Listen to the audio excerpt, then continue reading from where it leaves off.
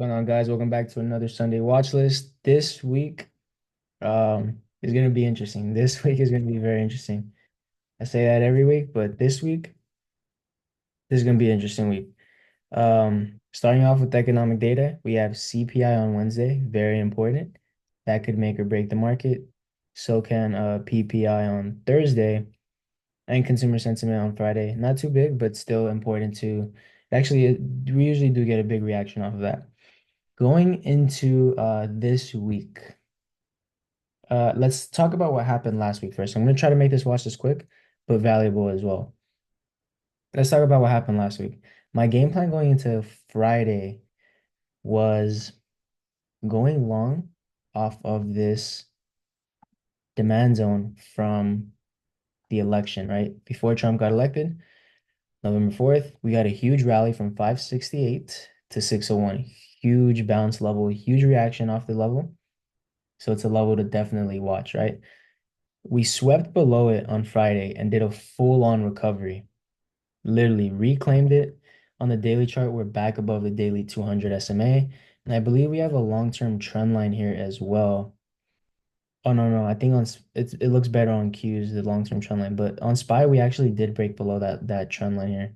We broke below a long-term trend line on SPY, but not on QQ yet. And I'll show you guys that after. But going into this chart here, this is going to be these are the make or break levels. We are technically still on a downtrend, okay? So yes, we got a relief bounce, and yes, we are bouncing from a key level. And yes, that's very bullish, right? Very bullish close above the 200 SMA. I think we have room back up to 585. That is our most recent lower high, and it's a huge resistance from back here. So I'm kind of bullish early in the week, Monday, Tuesday, before CPI, PPI. After CPI, PPI, then it's going to be a completely different story. Charts can be completely somewhere else. Monday, Tuesday, I do feel bullish as long as we hold this low. And if we get a retest of that election level, 570, I would definitely feel confident going long back into 580 or above 580. We got room to 585. As simple as that. Above 580, room to 585. This is where I want to be a little careful though. This is the make or break level. I am overall still kind of bearish on the market, right? On the weekly time frame, we have a double top, right? We have a double top on the weekly time frame. Left, right, and here we are at the neckline. Yes, we got a relief bounce, but look at the weekly candle. It's still a very bearish candle close on the weekly, at 570. So in the longer term, maybe after CPI and PPI, we may get the move. I'm open-minded though. To keep it real, I'm open-minded. If we reclaim 585 and we get back above that trend line, we're going to get back to 590 and 600. I think it could happen very quickly. So 585 is that make or break. If we get back above it, then I will lean more bullish. But Monday, Tuesday, I'm already leaning for a relief bounce into 585. So I think we will get there. Let's say we don't and we get back below this 567. I really don't want to go short unless we get below 565. Reason being is this is a huge level from back here. You see it was resistance, and support. So that's the main level I want to be careful at. Uh if we break and retest below that, lights out for the market, it's gonna get ugly. So neutral this week. This week is gonna be kind of like I'm gonna take it scalp by scalp until I get more confirmation of the overall trend. Okay, so very interesting week. Like I said, we're still below the daily 9 EMA. We're still below that 585. Yes, we're getting some relief right now. Is it really going to be that move that gives us a full reversal? We shall see if we reclaim it. So that's SPY. Very similar with QQQ. I'll show you guys that long-term trend line here. You see on the daily, let's do it on the daily, or even on the weekly. Look at from the bear market in 2022. We held a higher low, and look at where we bounced off of on Friday. So you don't sleep on stuff like this. This is a higher time frame. Every single time we come to this trend line, huge relief bounce back in October, back in August, and look where we're at here in March. This is the make or break level. If we break below that, I'm calling a bear market. We're still not in bear market territories. We're only down 10%. It's a good dip buy area. You could add if it drops another 10% long term, right? So don't be scared of these dips. These are amazing opportunities. And the market will eventually go back up. So scaling, you could start scaling into some make or break levels here on QQ. I'm definitely watching that trend line. And it also correlates with the election levels from November 4th. So you can see huge bounce recovery on November 4th here. Notice how this is why Friday was confusing because we swept that low, right? But we ended up reclaiming it after we bounced from that trend line. So 480 is going to be another big level. I don't want to go short unless we break 480. As long as we're above this demand zones, I will be way more confident in longs back into 500. That's the psychological level for the week. 500, 502. Major supply zone here too. Notice how it's a huge supply back here, demand there. As long as we're still below that, I will still be leaning bearish. We're still on a downtrend on Qs.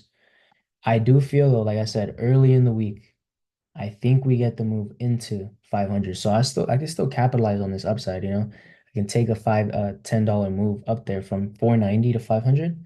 That's a great move. I'm definitely interested in that. So, but once we get into 500, 503, that's where I'll be leaning. I'll be open-minded. Like, hey, can we get rejected from here?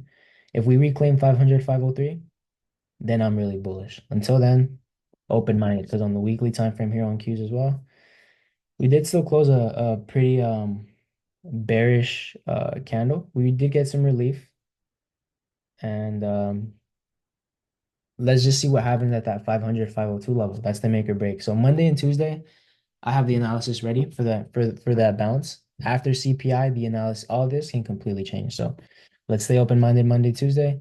Be in the broadcast channel to be updated for updates after CPI. Wednesday and Thursday, individual setups. Let's get right into it. I will be looking at one of my mentees actually showed me this setup, and I think it looks great. On the daily time frame, end phase has a bullish divergence. As you can see, the stock made a lower low, and the RSI made a higher low. And we have reclaimed a key level of demand, which is this 59 to 58 area. 59.7, 58.9.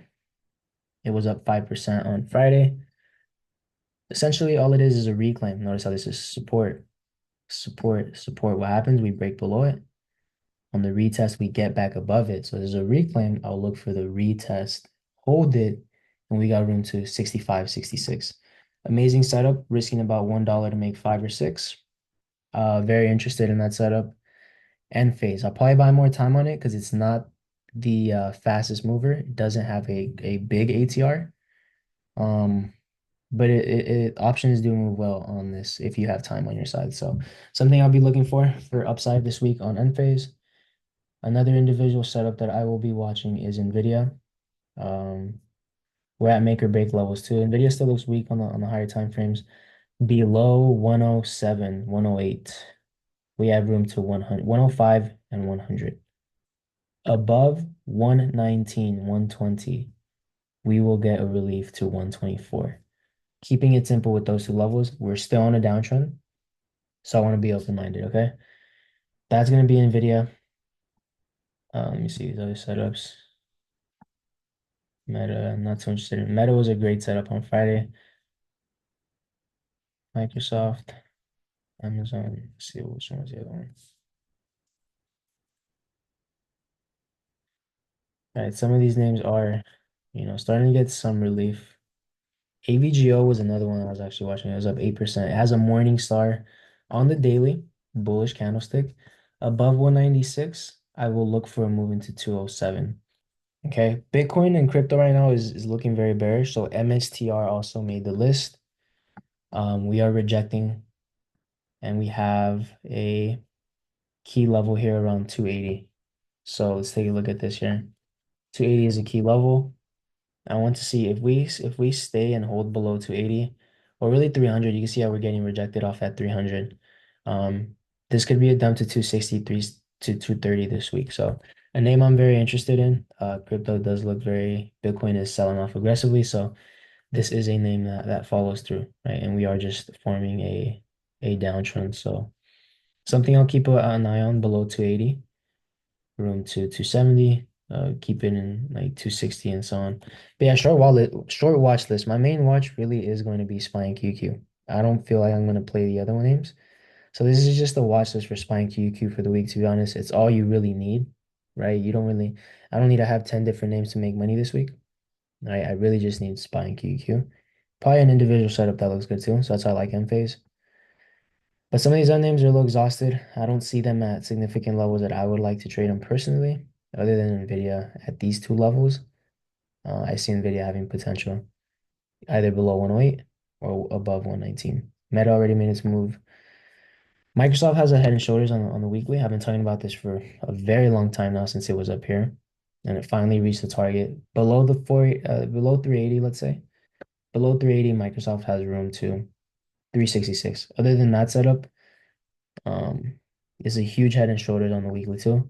So this is why I'm not fully convinced on this balance because some of these individual names still look weak, right? Like Microsoft, which is a big name in the market. Microsoft dumps, it's gonna bring down SPY and Qs. So it's important to look at stuff like that for confluence. So let's see what happens here. Just wait for confirmation at these levels. That's gonna be a Sunday watch list. Short, simple. That's what's coming up this week. CPI, PPI, SPY, QQ. Last thing though, I do have a 25% discount on the Market Mastery Blueprint. I'll leave it in the description. And other than that, join the broadcast channel. Thank you guys for watching these videos. Like, comment, and I hope you guys have a great trading week. Peace.